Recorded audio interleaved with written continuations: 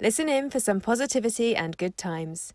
The views and opinions of our guests may not necessarily reflect those of the host or the Vibes Broadcast Network. Listener discretion is advised. Welcome, everyone, to another episode of Listen to the Vibes.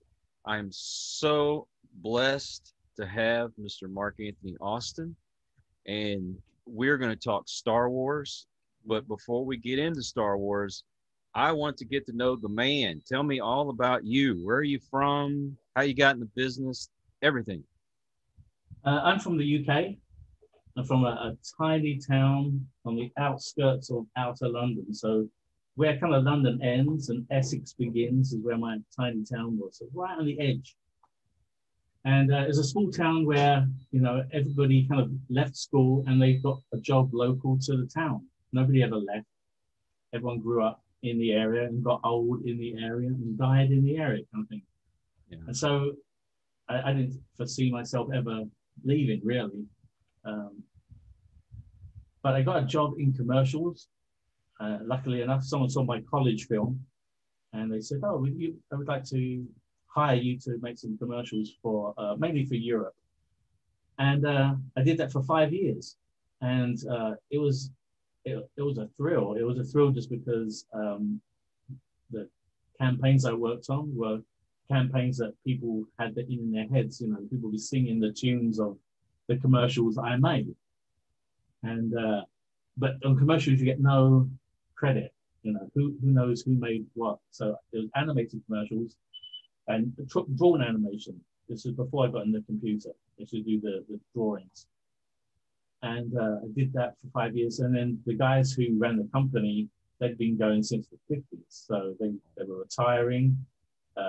They closed the company down and I was out of the job and completely depressed because I'm a bit of a workaholic. I'm not very good at idle. I have to have a project going on or something. But I just completely, I thought that's my dream job. I thought this is exactly what I want to do. I love working in art. I love working in making films. I kind of reached a dead end and I was depressed and I was in Turkey. I'd already paid for this vacation in Turkey. And I had a call from a friend in England saying, oh, I've just been to a lecture. There's a lecture in London about how they did the special effects for Jurassic Park. I said, wow, that's cool. That's really cool. Well, why are you calling me? He goes, well, because afterwards I hung out and I ended up going out with these guys for a drink. I was like, that's cool. He goes, yeah, and they're looking for animators. And I'm like, what, you mean like pencil and paper? No, computer animators. I said, well, Steve, I don't know the first thing about computers. He goes, no, they want to, in the past, it'd been technical guys who knew the computer animating and learning animation, which is a much longer learning curve to learn an art form, you know, animation, rather than take an animator, teach them the software in 8 weeks, and then you've got yourself a computer animator. So ILM were crewing up. They're trying to find a crew big enough to do this movie. It was one of the first character-based movies, Casper. It was in 1995, they released it. Yeah. But they wanted a full, you know, character animating, computer animating crew. And, you know, just those people didn't exist. So they literally were training us guys to become like the forerunners for computer animation, you know. And so that's how I got into the business, is literally from my friend going to this lecture on how they did the special effects to bring the dinosaurs to life. And so I've never looked back. I've never gone back to. I found I was much faster at computer animation than I was drawn animation. Mm-hmm. I'm a perfectionist. I'm an artist as well, and my boss hated me because all my lines would be, you know, neat, and the tracers loved me But my boss, he's like, you should scribble, just get them, they'll clean it up. No, because I hated when they trace the eyes, they trace the eyeballs, slightly Bart Simpson. Like, no, they're looking this way. Not this way, they're looking this way. And I'd be like criticizing how they inked my lines. My boss hated me. Like, you just take too long. You take too long. Don't worry about it. But I did. But computer, everything's perfect. There's no other person kind of destroying, or devaluing the work you've done, by tracing over it badly. As you do computer animation, it's there. You can see it immediately. And there's no having to render it. It was immediate playback. And I thought that Casper was a one-off. I said to my mother, she was at the airport, and it was an 18-month contract I'd signed.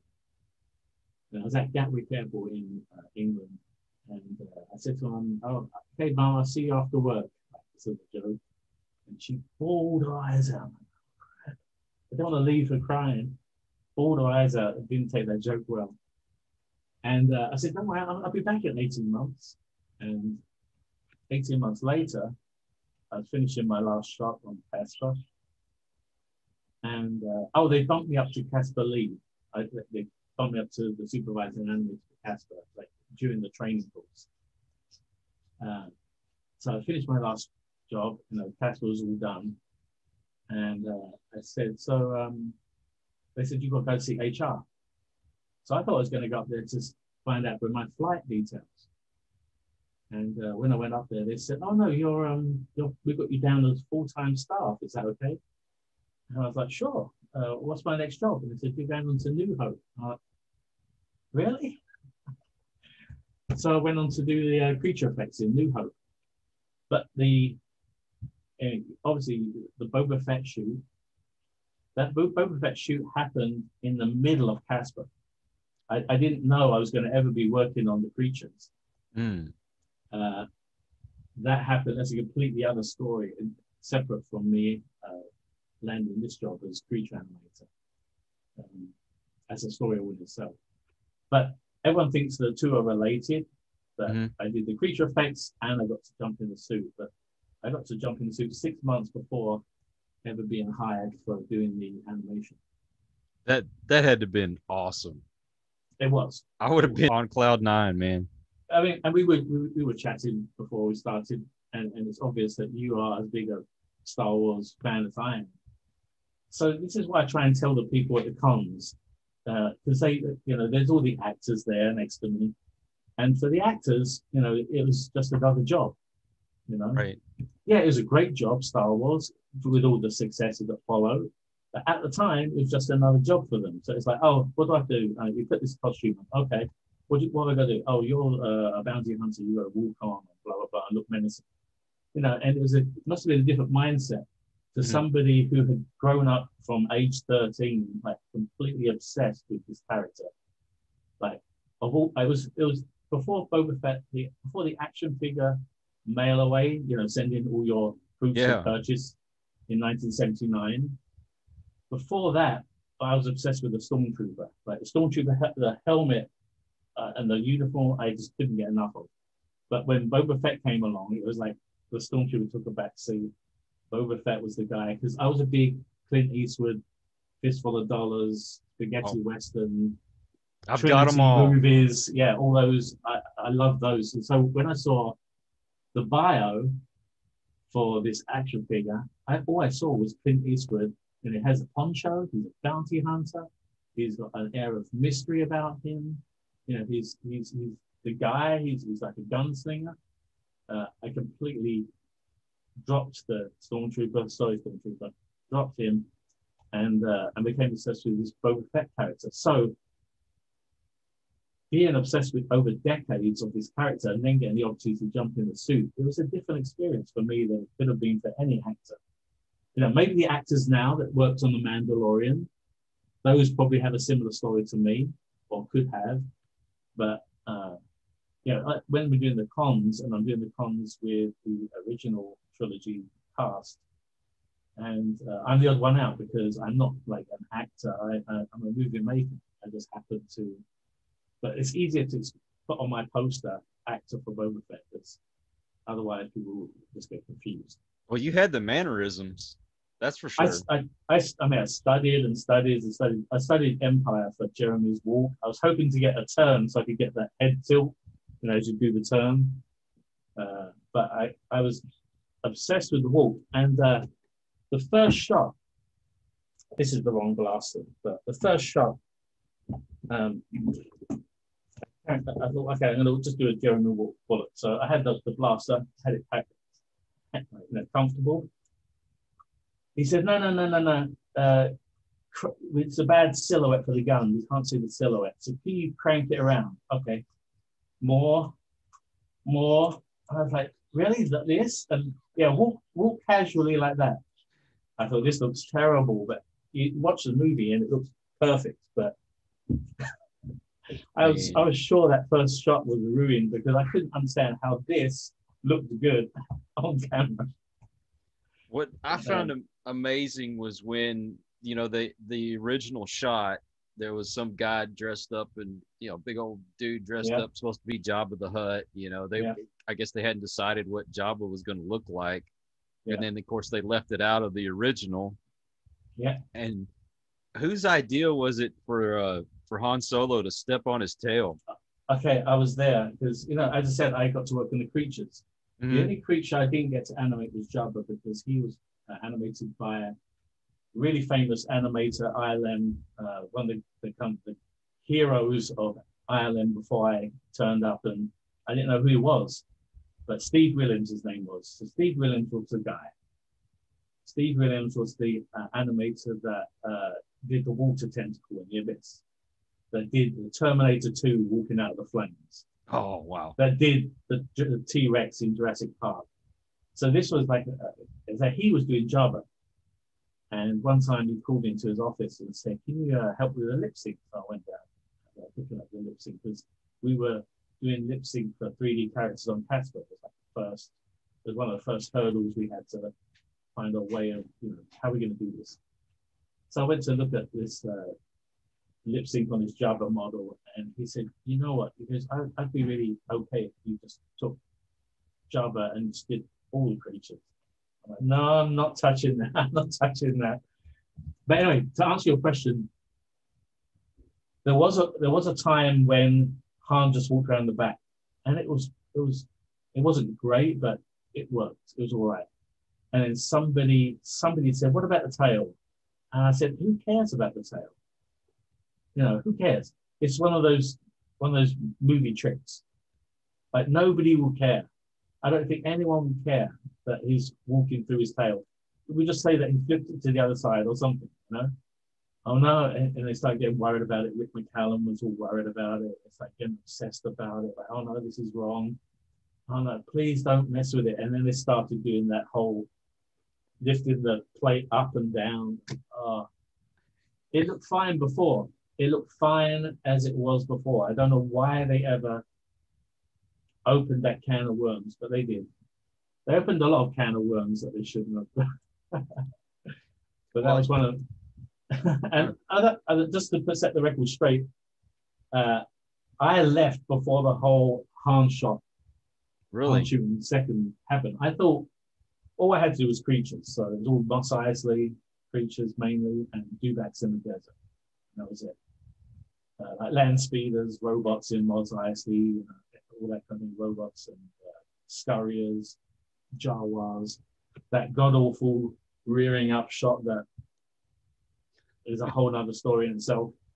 But yeah, I thought it was a vicious rumor. I thought when I heard that it was a possibility, I was like, no.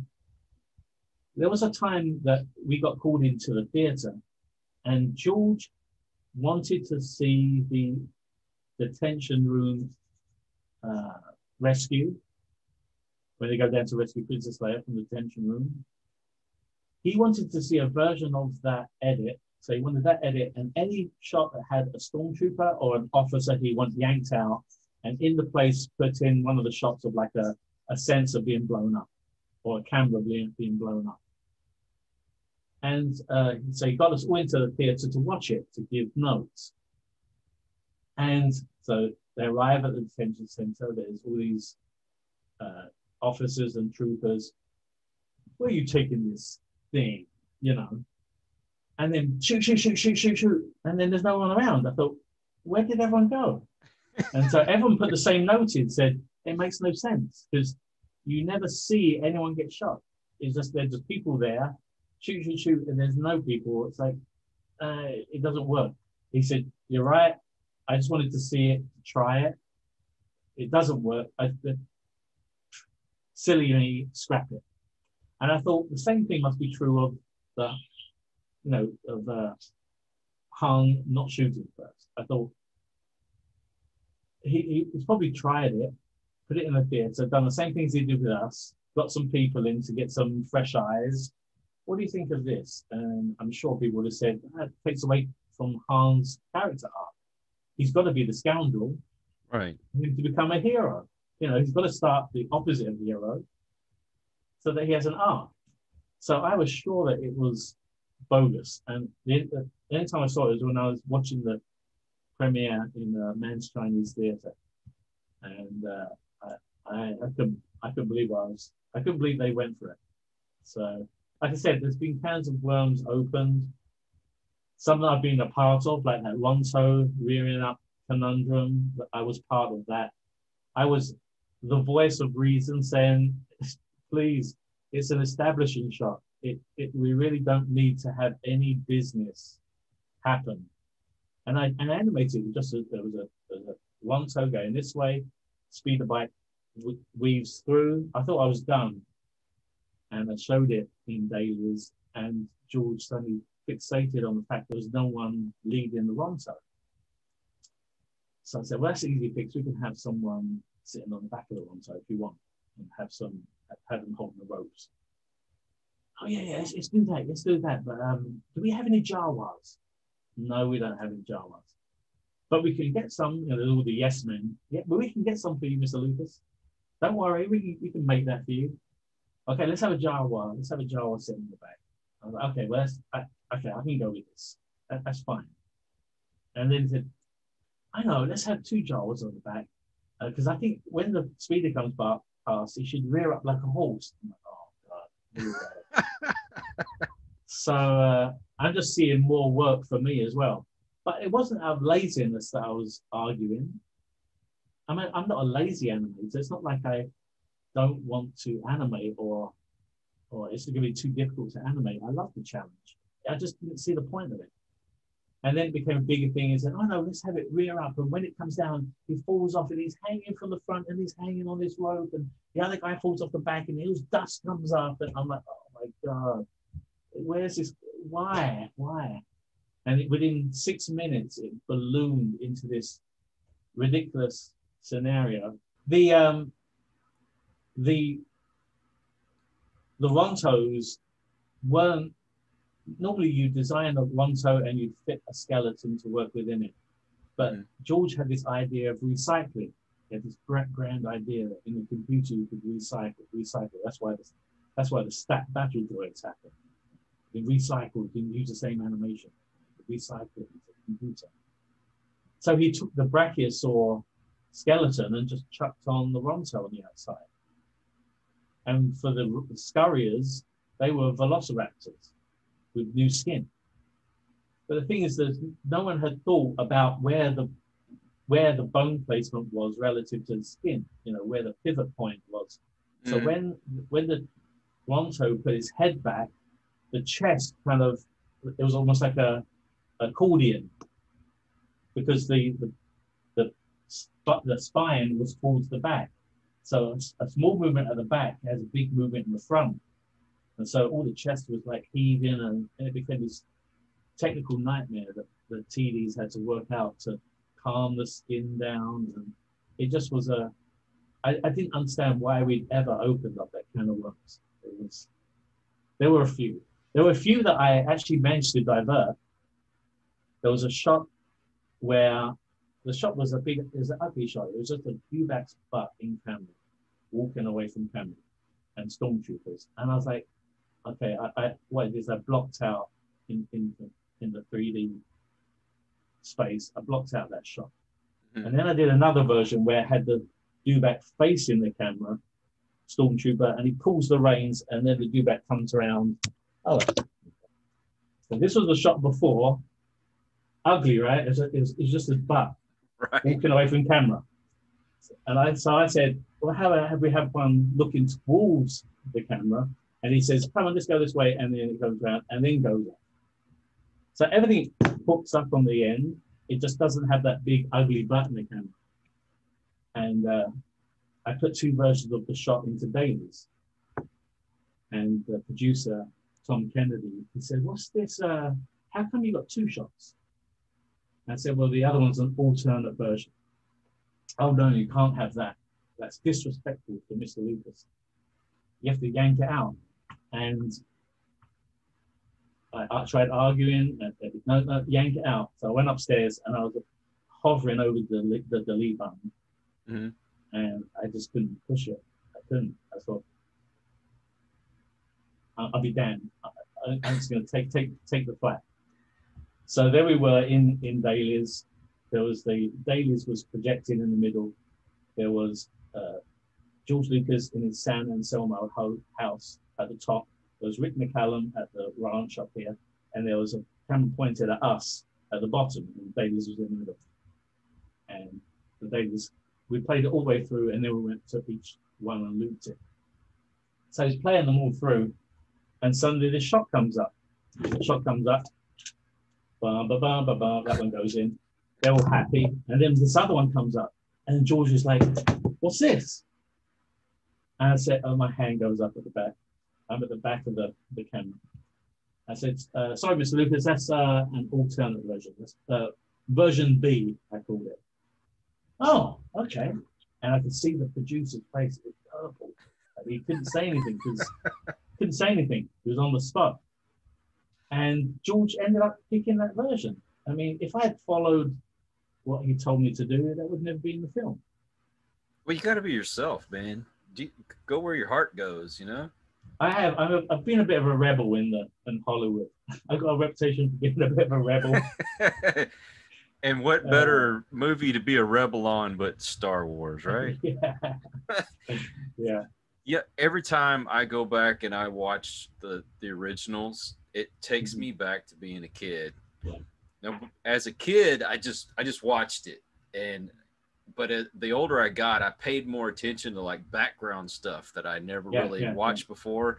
Did you catch a lot of the little mistakes here and there? It took me a long time to see that stormtrooper hit his head. It's a long time. I didn't see it for years, and when I saw it, I couldn't unsee it.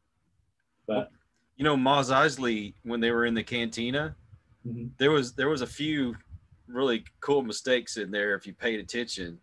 One of them, that little mouse-looking creature that was at the bar, when it was grabbing a drink, if you watch, he puts it on his chin and drinks instead of his mouth. And then there's the big-headed blue aliens. One of them has giant hands and the other one has human hands. I'm like, nobody has caught that before. But it took me a while before I noticed it. But there's so many things, you know, C-3PO falling off of a step, and, you know, there's a bunch of them. But I love it. You know, I love those. Magic. Yeah, exactly. Yeah. But, man, when y'all went back and redid it, you know, a lot of people were like, man, they don't need to touch it. And then when I saw the new stuff in there, I'm like, this is kind of cool they added it in. I liked it. Yeah. Like I said, I don't ever think they should have touch the Harlan Greedo scene. They should have left that alone. I really wish they hadn't done the Ronto rearing shot.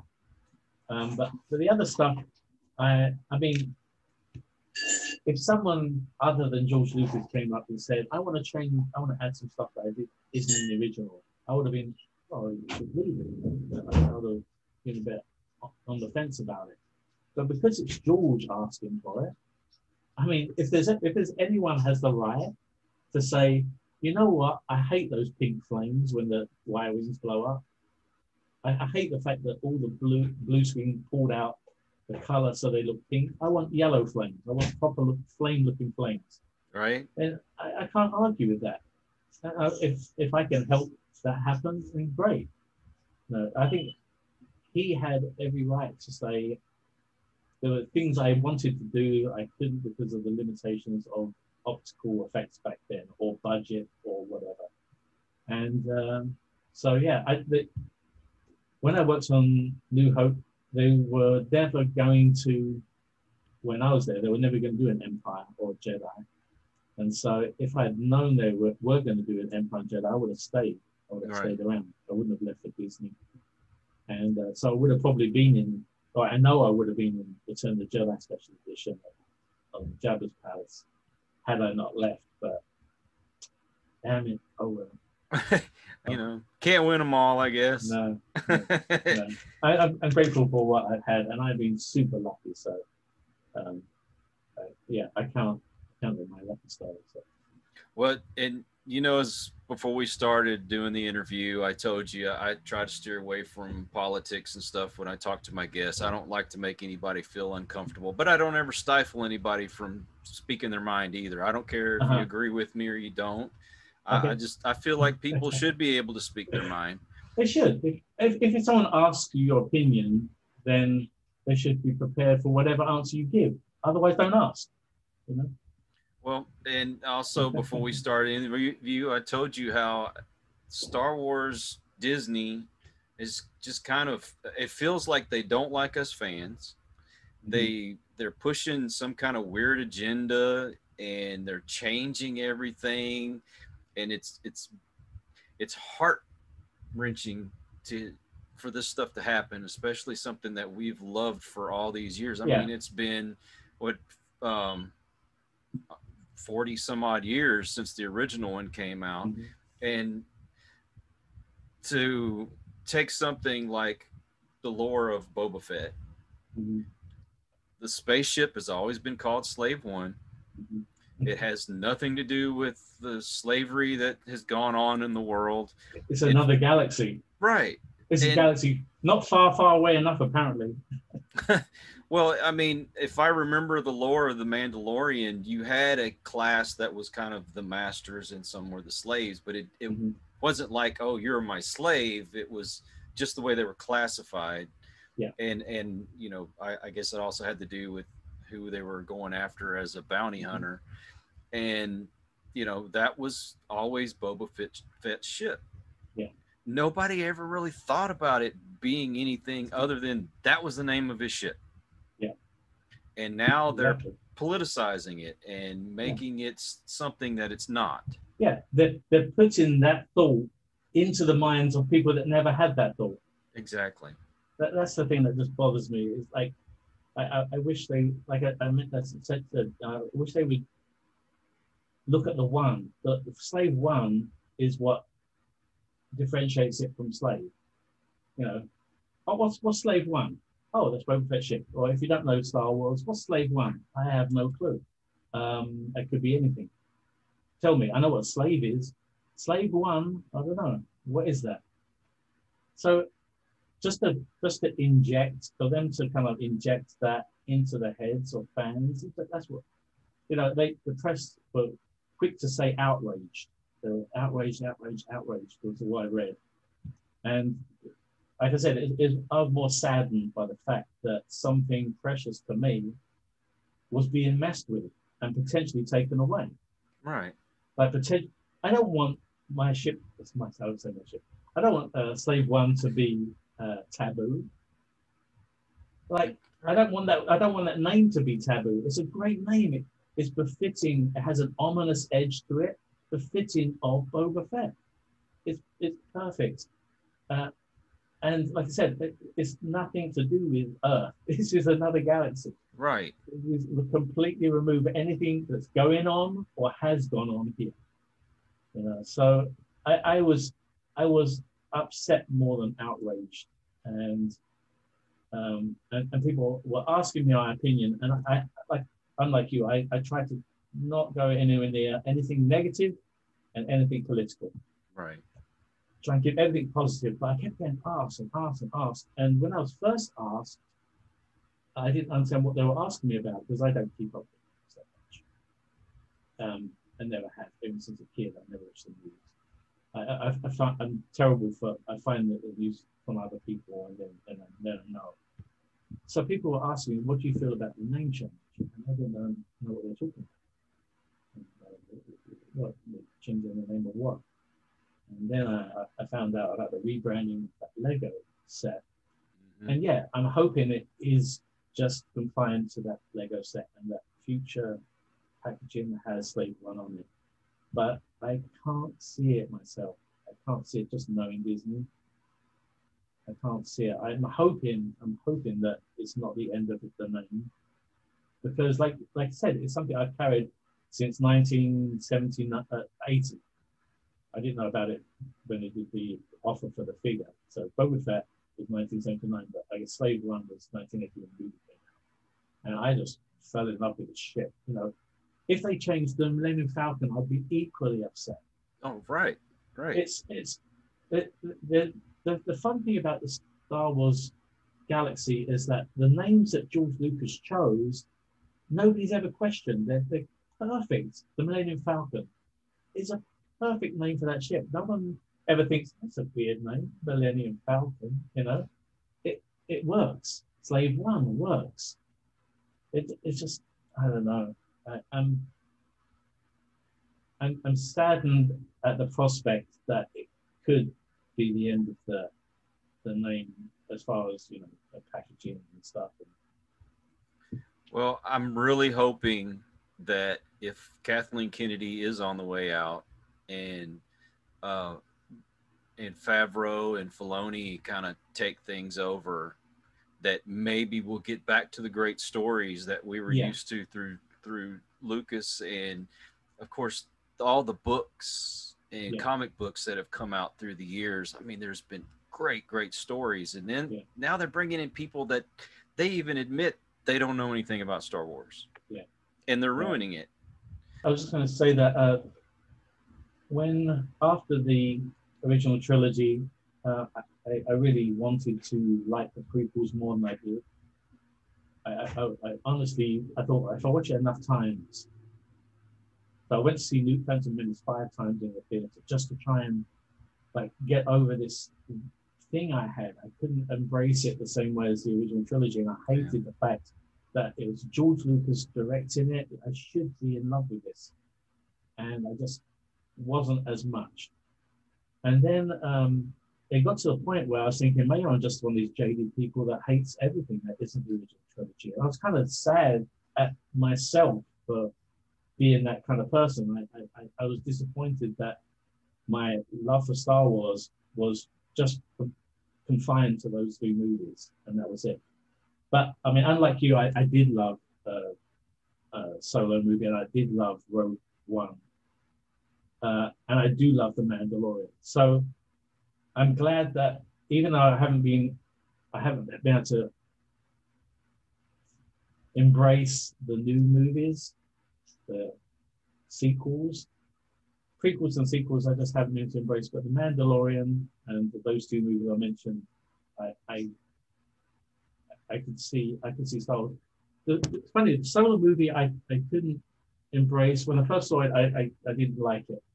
But then when I watched the Solo movie a second time, that was one that over 5 viewings I did accept. There's something about just the way it was written, just the wording and the way it was shot. It was, hats off to Ron Howard for really editing it in the style of a 70s movie. If you watch the shots, they're nice and leisurely. It's not MTV cuts in. You know, it's very languid with the shots. He'll hold on a shot. I'm a cinematographer, so I see things like, I can't remember her name now, the girl in Game of Thrones that's in Solo movie. Oh, yeah. I know you're talking about. She's talking about something, talking about blah, blah, blah, and they're chatting. And while she's talking, and you cut to where they're going, which is where Lando is going to be, this place that Lando is. And the conversation ends, and they're in this, it's like they've bridged the gap between these 2. They started the conversation in one area, and it finishes in another area. I thought cinematically that was just genius. So I don't know. The more I watch it, maybe cinematically I'm more accepting of it, but I was just glad that I wasn't that guy that could only love the original trilogy. There was the possibility of, if it's good, if it was well written, then I could embrace it, would embrace it. So, well, I read the books, the Han Solo trilogy books, and I was really, really hoping it would have been more like that. That Han Solo's revenge and all that. Right, right. I really wanted to be more. I know that they don't make movies exactly like the books, but if they could have kept it closer to it, I would have enjoyed it more. And then, like I say, my biggest problem with it was the way they treated Lando Calrissian in the movie as, you know, something that he's not. We won't get into that, but you know, the Tales of the Bounty Hunter. I don't know if you've read those books. Yeah, but yeah. Those would make a great movie. Yeah. And stick to the formula. Yeah. That's the problem I'm having. Rey, I would not have had a problem with in the sequels if they would have developed the character like they developed Luke Skywalker. Mm-hmm. You know, take your time, learn these things. You know, you don't just automatically pick up a lightsaber and you can fight somebody that's been, you know, training for however long. You know, Adam Driver's character was supposed to, you know, become a Sith, and train. Don't cheapen everything. You had a character in Finn that there's a great story there, and they just left it at kind of went off. Yeah, went off in the second movie, and they came back at the end, and that was it. I really would have liked to see them develop his character as well. I mean, there were so many characters in those movies that if they had done it right, I think it would have turned out better. I wasn't too crazy about the whole Rey being Palpatine's granddaughter kind of thing. That just was too far-fetched for me.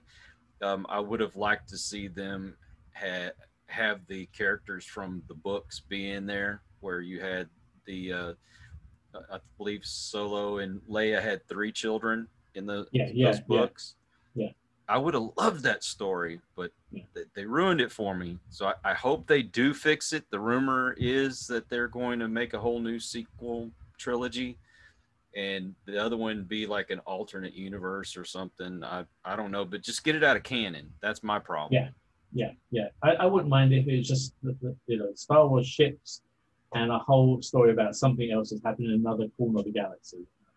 There must be other outer rims in the galaxy, like kind of corners that things going to happen undetected from the Empire or whoever's in charge. I don't know. Yeah, that's why I really before Mandalorian came out, there was all these rumors about the Boba Fett movie. So I'm in London. I'm on the stage at the London Film and Comic Con. There's Jeremy Bulloch. There's 4 chairs. There's Jeremy Bulloch. There's me. There's Alan Harris, and there's Vicky Beer. And we're all on this stage. It was like a big deal. It was like 4 Boba Fetts. Right. So someone asked the question, what about the rumor of the Boba Fett movie? And Jeremy has the mic. There's one microphone we have to pass between us. So Jeremy's got the microphone. Yeah, you can answer all the questions, Jeremy. You are the man. Someone says, what do you think about the new movie spin-off? He says, I think this is a good question for Mark to answer. Put me on the spot, hands me the microphone. My brother is in the audience. I took him with me for the day. He drove me up there, and he's in the audience. And he said, when you gave your answer, you did hear a pin drop because you gave the wrong answer. Because all I said was, I would rather them not make a movie unless they're going to make it. If they're going to make a movie and make it badly, I'd rather they not make one. Right. They've got to do it right, and it's such a sensitive subject. I'm not sure that you're going to have the right people involved to do Boba Fett service. That's all I said, and he said that was the wrong answer. You shouldn't have said that. But I said it's my honest answer. Like we were talking about, if you're going to ask me my opinion, I'm going to give you my honest opinion. Right. I'm not going to lie to you. if you ask me, you've got to be prepared for my answer because you're asking what's inside my head. This is inside my head. That's all I said was that. And so when The Mandalorian came out, I was so pleased that they thought, okay, Boba Fett's too sensitive a subject. I'm sure they thought, putting their heads together, Favreau and Filoni, let's have another Mandalorian. Let's show how the Mandalorians live first. Let's test the water, see how that works out. If the fans start loving it, then we know. And then we can maybe fold in Boba Fett and include him. Answer that question. Everyone, at every con, I was asked, how cool was it to be Boba Fett? Did you escape the Sarlacc? They were the two most asked questions at cons.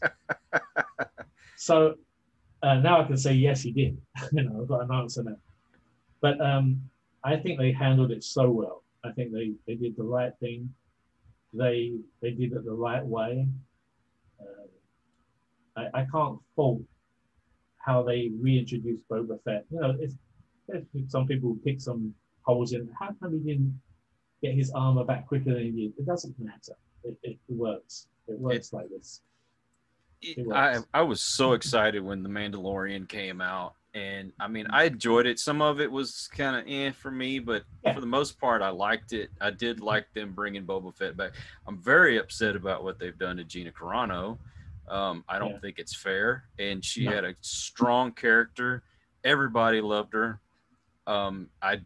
There's some people say she's coming back. Some people say she's not. I wouldn't blame her if she said no, but I would love to see her come in. The Rangers of the New Republic, I thought was going to be an awesome show. I'm really, really hoping the Book of Boba Fett turns out well.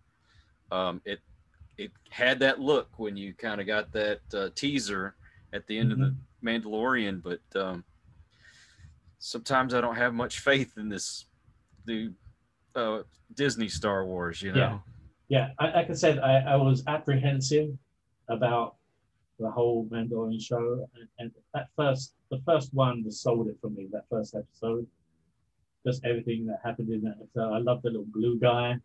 I thought the writing was on point. The first one sold it to me, I think. And there were some episodes that I thought it was kind of like watching Clone Wars, where arrive at a planet, get stranded on the planet, fix the ship, leave the planet. Those kind of episodes. So there's a bit too many of those. But for the most part, I was glued. I was there every week, staying up to midnight to watch the new episode. Right. I watched the first, as soon as the first season was over, I think I rewatched it, like, I don't know how many double figures, just watched it all the way through. And then, when they introduced Boba Fett, I was hoping that they would show that he wasn't solely reliant on his gadgets, and they did.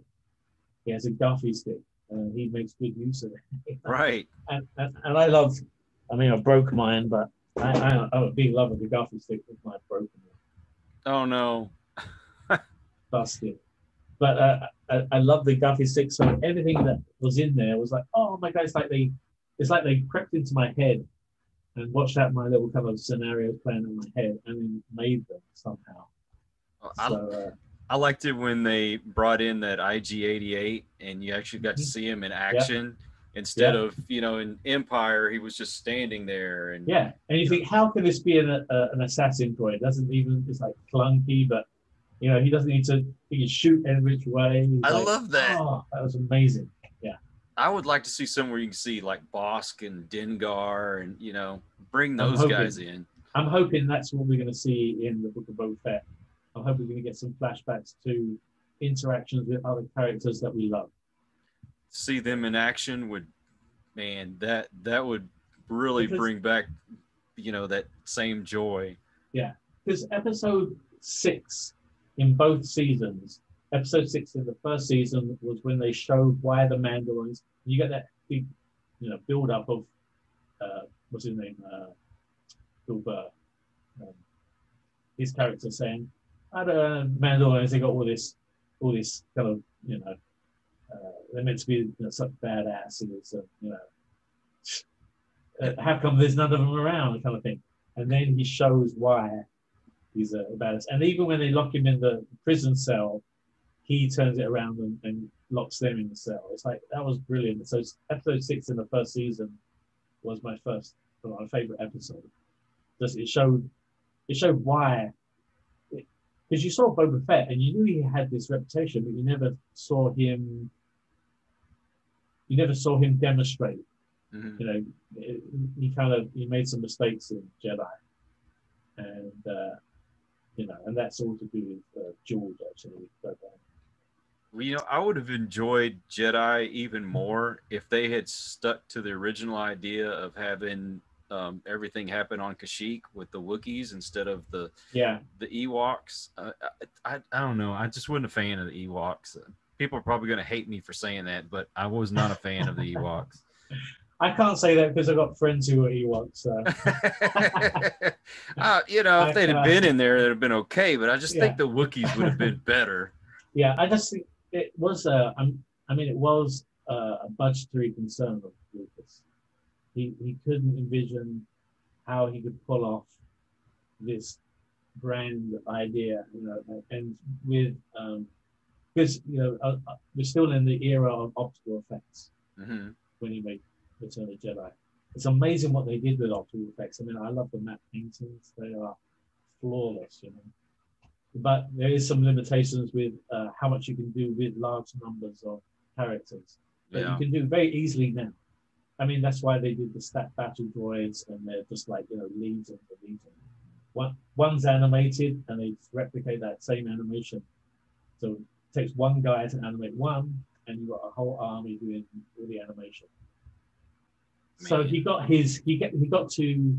I mentioned before we started, he was really into recycling. He called it. Right. He loved the computer because once you've done a piece of animation, it's there to be used. You could duplicate that or change something. That's why he was obsessed with giving me a Ronto that was a bracket saw on the inside, and we learned that doesn't work. we learned from our mistakes. You know, that was a fun thing about working at ILM, is that you were on the tip of the spear of kind of innovation and trying things out. We didn't know how we were going to do the lip sync in Casper. It was like, how do you make someone talk? And we were trying a joint thing where it's like, it was too ventriloquist dummy looking. Mm-hmm. We tried putting motion sensors on the lips of the actor, but it was like kind of this weird kind of, it looked creepy. There's Casper doing like the Exorcist or something. And so in the end, we decided, how can we'll design.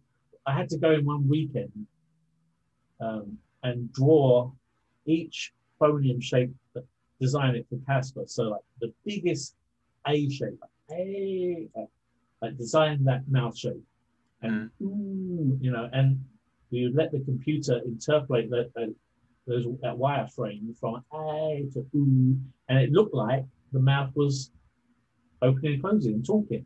So that's how we started lip syncing computer. Oh wow! But we didn't know. We were just having to try things out, and things didn't work. Some things did.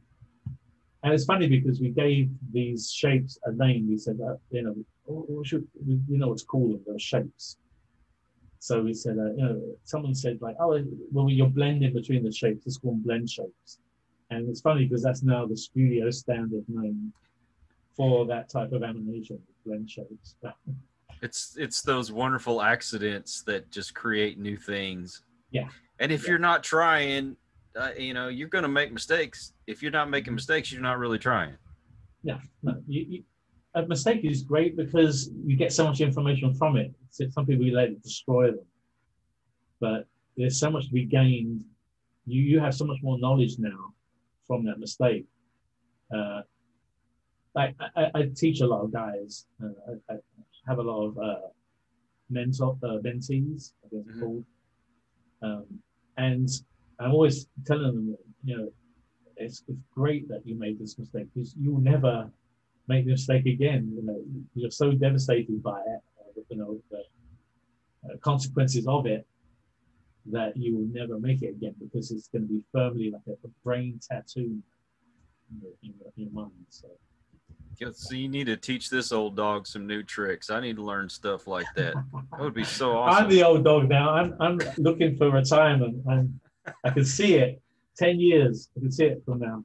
Well, it's nice. It has its moments. I had to actually retire early for medical reasons, but going out and traveling and doing stuff you want to do, it's pretty cool. That's what I'm looking forward to, just having the time to like, because it's funny, when you're working in movies, nobody considers that you have any other commitments in your life other than the movie you're working. Mm-hmm. So it was very hard. I worked for Disney for 13 years, and it was hard to find any time to find vacation because the only time they would kind of entertain the idea of you disappearing for a month was after the movie was finished. Mm. But you know, movies are made, they overlap. Movies don't, oh, we finished this one, we're going to start this one. It doesn't happen that way. There's always another movie. It's a matter of time as to how you get onto something that's, you know, has just recently started usually. But because of that crossover, you never had this free time to say, you know what, I want to go to England for a month. I actually did that in 2017, but that was the first time since I've come to the States that I've actually had decent vacation. I don't think the States understands vacation like they do in England. In England, everyone gets 3 weeks vacation a year immediately. No having to accrue it over the course of a year. You've got 3 weeks. And if you're sick, as long as you have a sick note to show, oh, I was away for more than 2 days because I'm really sick. Here's my prescription. That was good enough that you got paid for the time you were off because you have a doctor's note. Right. But here, when I went to Disney, they said, okay, you have 5 sick days for the year. I said, just 5? What if I got the flu or something? Right. Well, you only got 5. There you got 5 right there. If you don't use the 5, you can, you know, maybe build some more if they allow you to carry them over. But yeah, it is. I don't know. America, you need some labor laws. Yeah, there's some things that could be changed. I can agree on that. Americans work too hard. That's what it is. Okay, here's the burning question. Okay. And I hope you're open to it. But this whole Twitter thing, my understanding, they're trying to cancel you and all this kind of mess. And I just want your thoughts and your feelings about all this. And honestly, I got off of Twitter. I just felt like people were just getting too ugly on there. Yeah. Just too much negativity. And I just said, that's it. I had enough. There is. It's like you can say something pretty innocent and someone's going to read it. You know, it's like an email. Mm-hmm. Email kind of replaced conversation, right? Pretty much. But an email, you can write, you know, anything in innocence, and you could read that same sentence the worst possible way, the same wordage, and read it 2 completely different ways. And so Twitter always opts for the worst possible way. And I'm not sure if they're going to kick me off of Twitter. They've done before. They have done before. And when they did before, I was of the attitude of, well, I don't want to come back. But I was the same as you. I was like, there's so much ridiculousness that can happen and does happen too often that I don't really care. A lot of the people that are good on Twitter were arguing for my account being reinstated. And so for those guys, I went back on. And, you know, there are good guys. You can't say all of Twitter, but, you know, those few people, there's a few people, bad people that mess it up for everyone else. And that's life, you know, that's life today in the world. And the few people that mess it up are the ones that always win. Yeah. it's ridiculous because, you know, I wondered why, if there's just a small percentage of people that are causing all these problems with, you know, the whole cancel culture and mess like that, why doesn't everybody just stand up to it? And somebody pointed out the fact, because you don't know which ones it is. Yeah. So Yeah. you're afraid Yeah. to say something. We don't know who they say they are, because, you know, I mean, the whole Catfish series exposed the fact that it's like I thought that was a one-off, and as a Catfish every week on it. They did series upon series upon series. Like, how many people are doing this? Like, and it's funny that Twitter are so upset about what I'm saying, yet they won't give me my check mark. They don't believe I'm who I am. So if you don't believe I'm who I say I am, then why are you upset about what I'm saying? But right. I don't get it. It doesn't make sense. Yeah, it's like, I don't get it. I don't get it. And a lot of people were more upset that I didn't have the check mark than I was. You know, I don't really care. I don't really care. It's a check mark.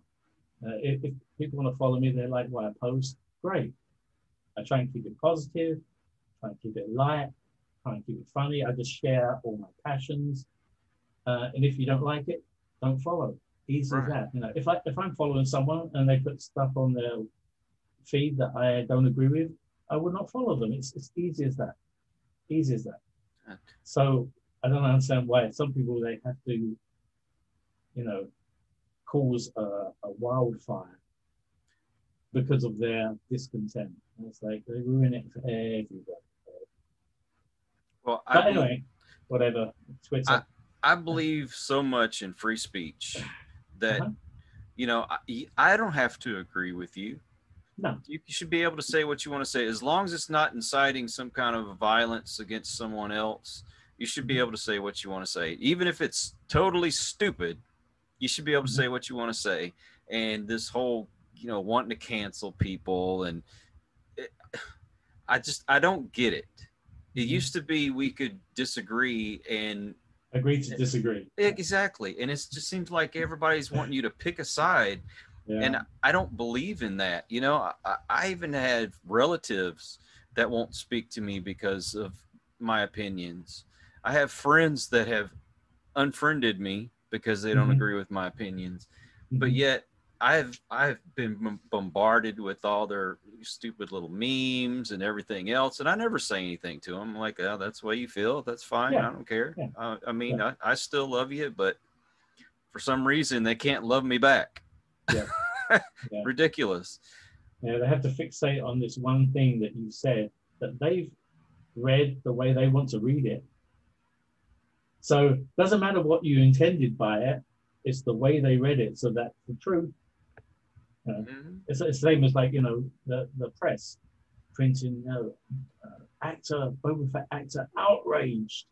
It's as though I was like tossing over the furniture and lighting fires, and it's like, you know, I was more upset, but outraged, you know, you're outraged. That's the truth. Oh, I've seen YouTube videos about it. I'm sorry I cut you off, but no.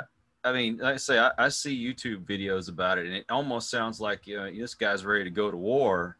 And, you know, speaking to you, I can see the kind of person that you are. You're not, I mean, you're upset, but you're not ready to go out and, you know, shoot people over it. But that's the thing, is that people are convinced that you are reading everything that they're writing about you.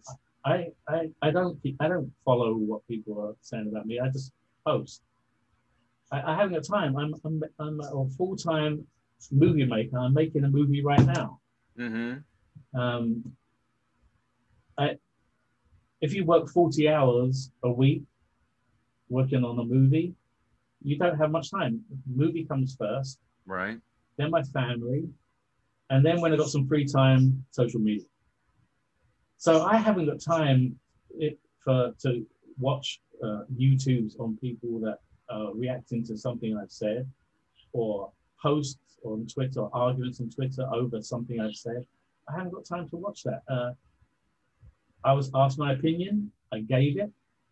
you should accept it, or don't ask me. I totally don't ask. agree. Don't ask if you don't want to know. I said my piece and I left. Then people were mad at me because you should have said that and just left. Like, well, why? Why should I be invested in something you're interested in? To this ballooned up idea of this great. I'm sad. I'm sad. I would be devastated if they took slave one away from me. No doubt about that. Yeah. But I don't think that warrants a week's worth of arguing. Yeah. Or a week's worth of people debating and being vicious. People have got nothing better to do. I think they've got too much time on their hands. I wish I had that much free time. Well, like the saying goes, that people try to make a mountain out of a molehill. Yeah, they do. And that, in some ways you feel like, okay, well, and that's why I was so hesitant to give an answer, because I know people will do this. And you get people bugging and that. And so, okay, well, I posted what I did as a means to I was hoping that maybe someone at Disney would see something I posted and realize there are people out there that aren't happy about the possibility of future rebranding, whether it happens or not. I'm not saying it is going to happen. I'm hoping it doesn't. But I was hoping that one of my posts would at least illustrate the ridiculousness of what they're trying to do. Right. But that was it. And it worked. I mean, I think Disney must have got the message because it was in the Hollywood Reporter, it was in Newsweek. It was people in the UK were calling me saying, I saw you on the news. Like, oh, really? I was completely unaware. That's great. That means that Disney must have heard by now.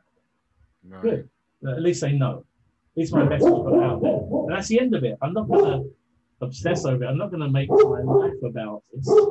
Sounds like your dog's upset about it too. Yeah. Wookie's in the cage. He's in the cage. Because we have another dog here and he doesn't like other dogs. Gotcha. So he's got to stay in the cage till the other dog goes. Now, has anybody tried to jack with your job over this? Not yet. That's why when it happened, I was like, oh, okay, I'm going to cease and desist out of respect for my employer. Mm-hmm. Like if I was going to continue like a week-long slagging match, then it's unfair to my employer. All this happened on Sunday, late Sunday and early Monday. And that was it. And after that, I was like, I'm not going to make this focus of my life. I have a movie to make. I have a obligation to Netflix. I work for them. And so out of courtesy to them, I just steered away from all the social media for 2 or 3 days, hoping that whatever ridiculousness was out there would blow over. Because I don't want it. I didn't ask for it, And well, so so I'm hoping that I don't even know if it's still going on today. Like I said, I'm not interested in pursuing what people are saying. I don't care what trolls do, what trolls say. Like trolls, the only reason they exist is for getting some attention. That's what it is. So why give them that attention? I don't. And some people will get mad at me because I'm not giving them the attention. It's like I've got better things to do in my life than to obsess over what trolls are saying, especially if they're saying negative stuff about you. Mm-hmm. If you're obsessed with the negative, I haven't read one of the press reports, actually. I told you I don't follow the news. I don't blame you. I don't want to read it because a long time ago, there was somebody that was saying about they never read the news because it's too upsetting. I thought, well, what can I gain from reading an article about this ridiculousness? I could either fuel my ego, I'm not interested in that, or I could get upset. Why even read it? I have no desire for either of those two things. I don't care if my Twitter numbers don't go up or drop. I don't care. You know, they asked me if I was upset. Yeah, I'm upset. I'd hate to think that we never, that name Slave One becomes taboo. Period. End of story. That should be the end of it. You know? Right, it should. And here we are a week later, and people are still talking about it. It's like, come on. Well, that's why I reached out to you. I wanted you to be able to say what you really felt, and you know, kind of maybe squash this whole thing. But you know, as well as I do, there's still those trolls out there. They're gonna keep on and keep on, and you know, I had people try to do that to me. There was a lot of times I would give them facts about certain things that we were discussing, and they would either just block me or they would say, oh, well, you're still this and you're still that. Oh, come on. Yeah. Really? Yeah. Nobody wants to try to get along. I don't understand it. Have you seen the new Chris Pratt movie, No. The Tomorrow War? Okay, No. if you have Amazon, I recommend you watch it. Okay. And what I enjoyed about the movie, and well, at least this is the message I got from it, even my family agreed, is that when they had to go to war, and I'm not going to give the plot away, but when they had to go do this war, it wasn't about the individual. It was they were all together, working together to you know, accomplish what they needed to accomplish. And I'm like, that's the way a movie should be, not, you know, this other agenda garbage they put in everything, and that they ruin characters when they do that. Yeah. So yeah, that's my rant. I'm getting off my soapbox now. I could go on, man. You'd hear me talk for the next 2 hours about all this stuff. If I could put anything to rest, I would just ask that people just, you know, I think Disney got the message. Please stop. You know, I think they got the message. It made Newsweek. It made the Hollywood Reporter. I'm sure someone at Disney in the high ups has thought, oh, they're not happy about this, and I think they got the message. Done. Success. A victory. Okay, let's move on. Mm-hmm. Let's move on with the hope that we see that name on boxes, you know, a die-cast Slave One with the word Slave One there. Let's hope it doesn't become taboo. But forget the arguments, forget the, I don't know, you said they're making YouTube videos over this. Come on. There's better things you could be making YouTube videos about. You know, something positive. Well, they should get it from your mouth, not from something that's been written in the tabloids or the newspapers. They should hear it from you. They should see how you really feel about it. This is me. I'm not ranting. I'm not outraged and throwing furniture around. You're very disappointed. You're like a fan me, who is saddened right, by the prospect of it. They are, in a nutshell. Yeah, I discussed all this social media garbage with a friend of mine, and he's a very, very smart guy, and he said something to me that made me change my whole attitude. He says, the lion doesn't worry about the sheep. I'm like, you know what? You're absolutely right. I'm like I said, when it happened, I was like, oh my God, really? And so I thought, okay, my focus is, I'm working on an Ultraman movie right now. Oh, no way. I'm allowed to say that. Yeah, I'm allowed to say that because they announced it. But that is my, you know, I'm more interested in putting 8 hours of my day into working on Ultraman than I am about reading Twitters from people who are pissed off. Sorry, you know, if it was the other way around, I'm sure that person who is disgruntled would opt to do the same thing I'm doing, you know, if they're in my shoes. Man, you just made my day, because Ultraman was my favorite show. When I'd come home, I had to catch that every day. I'd wait. I'd go out and play with my friends after Ultraman was over. Yeah, I loved that show. We're closely working with the, with Japan, with the creators, because we want their blessing on everything. Of course. So every step of the way, we're kind of running it by them. We just finished screening 2. You do several screenings as the movie develops, and each time you get less of the storyboards and more, content that's filled in. But it's so much fun, and that is where my focus is. Sorry, Twitter, but that's where my focus is. It's on making movies, not what's happening in Twitter land, the ridiculous Twitterverse. The heck with them. I get on the social media that I do have. I do my posts that I need to do for the show. Mm-hmm. And, I might have some people that have commented, and I like to, if you took the time to comment on my stuff, absolutely. I want to be able to answer you. And of course, any messages I might get, that kind of thing. Is everybody that gives me that attention, they deserve it back. Yeah. Otherwise, I don't pay much attention to it. Mm-hmm. But I'm going to ask you an Ultraman question. Okay. Are they going to play the corny theme song in this? Maybe not. Not. You might hear it because there's always those little Easter eggs you try and put in, like little head nods to the series. So there might be you might hear it on the TV or something, maybe somewhere, because I can't say anything like that's okay. I understand. All I got in my head now is Ultraman.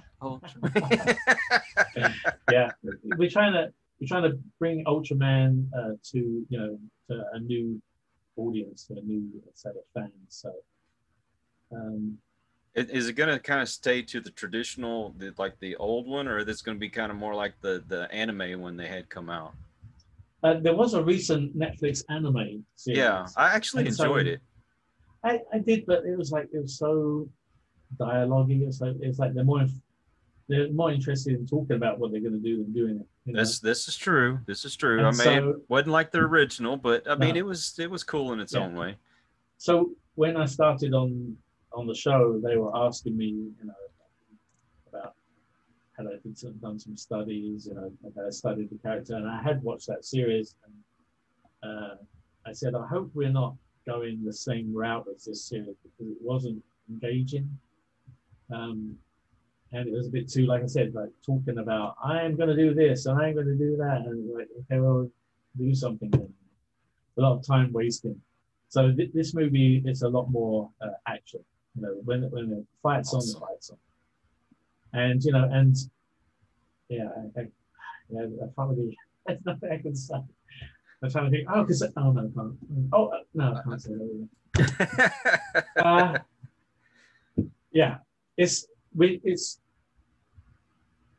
It's like if you mixed Ultraman with Spider-Verse.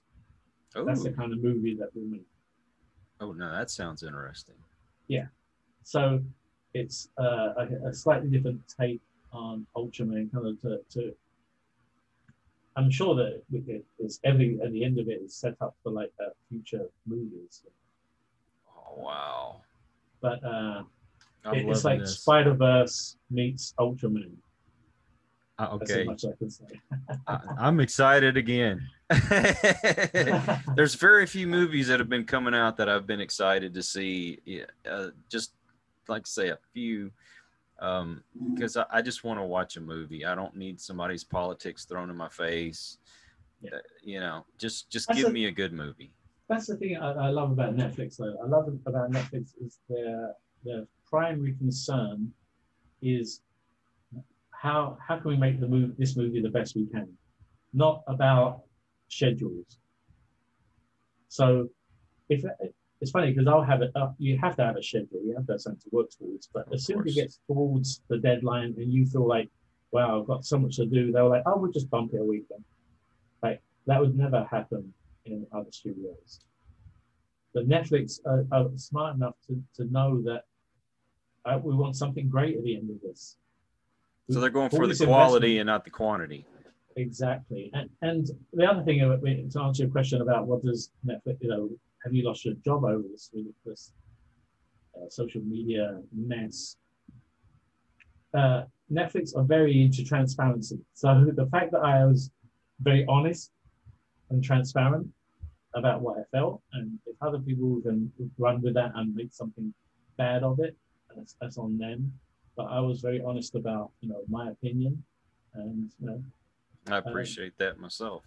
Yeah, and that transparency in work is what gets a lot of things done. It's when you start covering things up, keeping things secret or bottling things up, that's when things start to go off, and you get some friction between workmates because no one's being completely honest about how they feel about everything. If somebody's, the way someone's doing something bumps you, Netflix are more encouraging to say, well, you should communicate that to the person and work it out. And so that's what we do most of the time. But it's a completely different mindset to the rest of Hollywood, and I think it's gonna just pay dividends down the road for them. They've got the right, they're approaching it the right way. Let's make the best movie possible. Not let's make a movie that we're going to release on. Disney will pick out the release date before they even start on the movie. Yeah, I want to release so many movies. Yeah, I've worked for them so many movies, and the end date doesn't matter what problems you ran into. The end date didn't ship, and so they just employ more people, throw more people at it. Right. Or work until 3 a.m. That's their answer. It's like, no, that's not the answer. I remember I was working on Treasure Planet, and we'd started the movie, and we didn't even have an Act 3 yet. We didn't know what Act 3 was going to be. But we started on Act 1, and I just thought that was a weird way to work, but it was the norm. When I worked on Dinosaur, and Dinosaur, they were working on it before they knew how they were going to end it. It's like, shouldn't you have an end? All the best stories, they've worked out how they want to end it, and they could work out how to begin it, and they just work into that end, and everything works out. Yeah. Well, the characters that have traditionally been the way they've been, I understand the need to kind of update stories, but you could still be true to who the character is. Yeah. I have no problem if you want to give Batman some extra tech, cool. Just as long as you keep Batman as Batman, keep Superman as Superman, the whole 9 yards.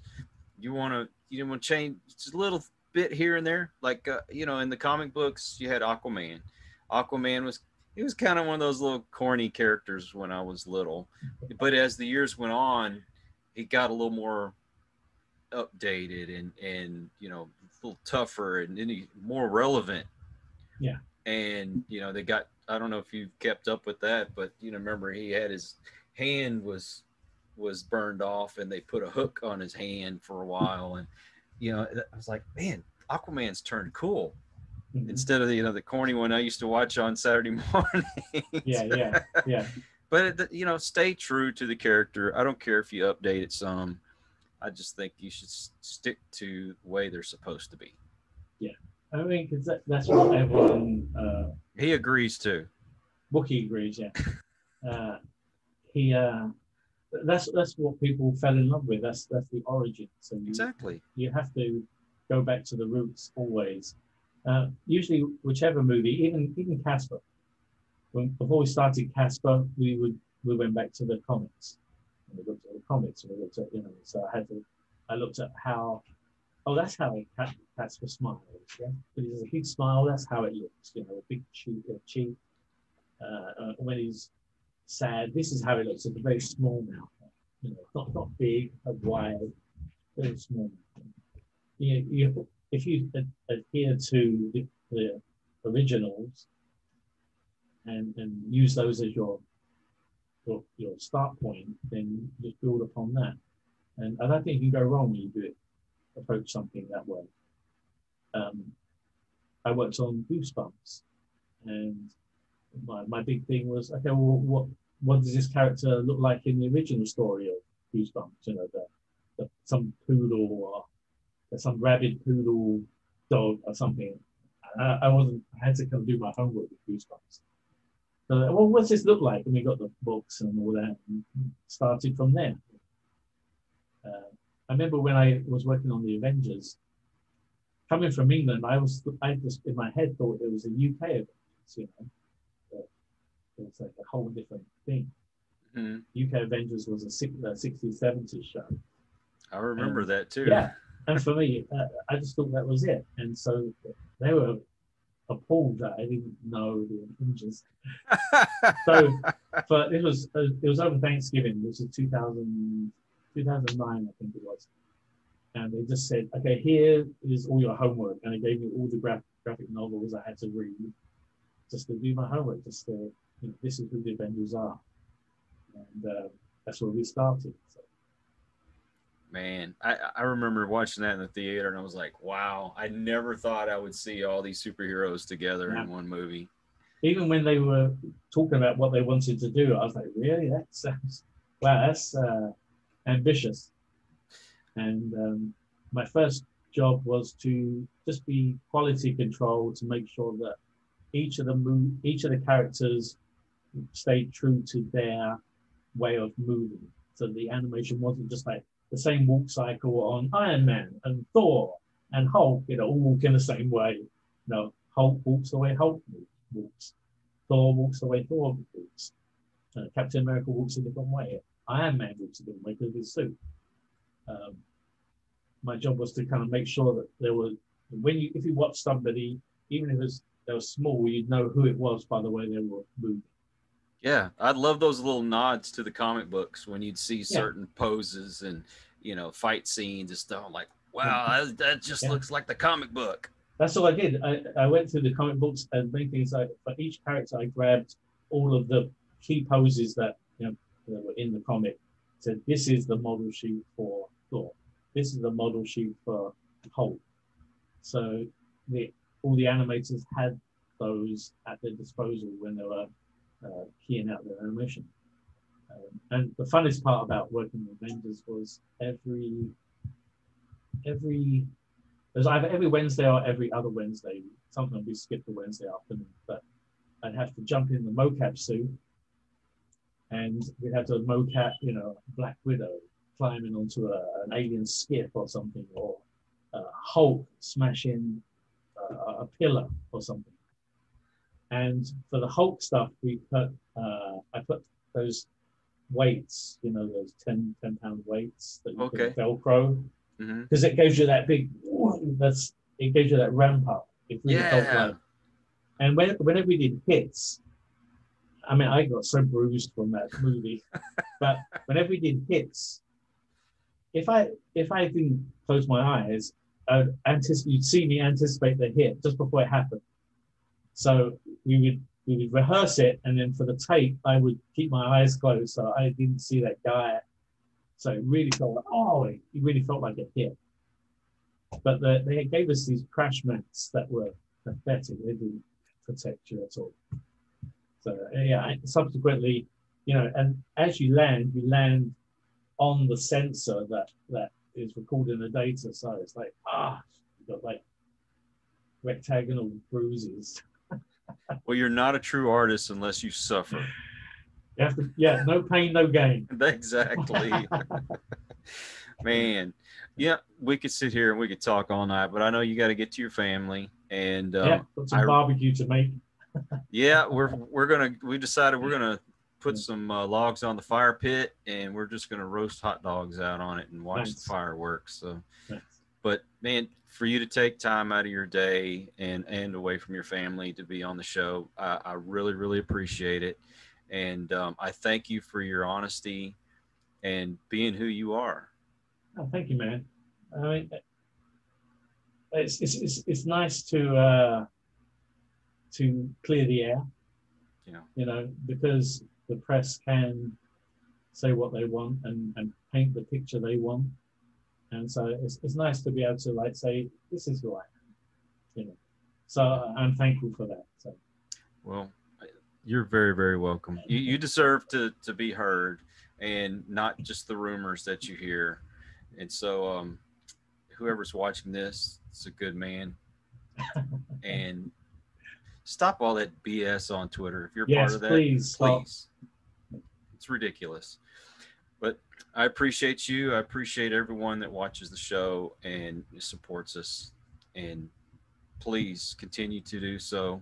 Without you, we wouldn't be able to do what we do. Till the next one, take care. We hope you enjoyed this episode of Listen to the Vibes. You can catch us on Buzzsprout or wherever you listen to your favourite podcasts, and on YouTube. Follow us on Facebook at The Vibes Broadcast Network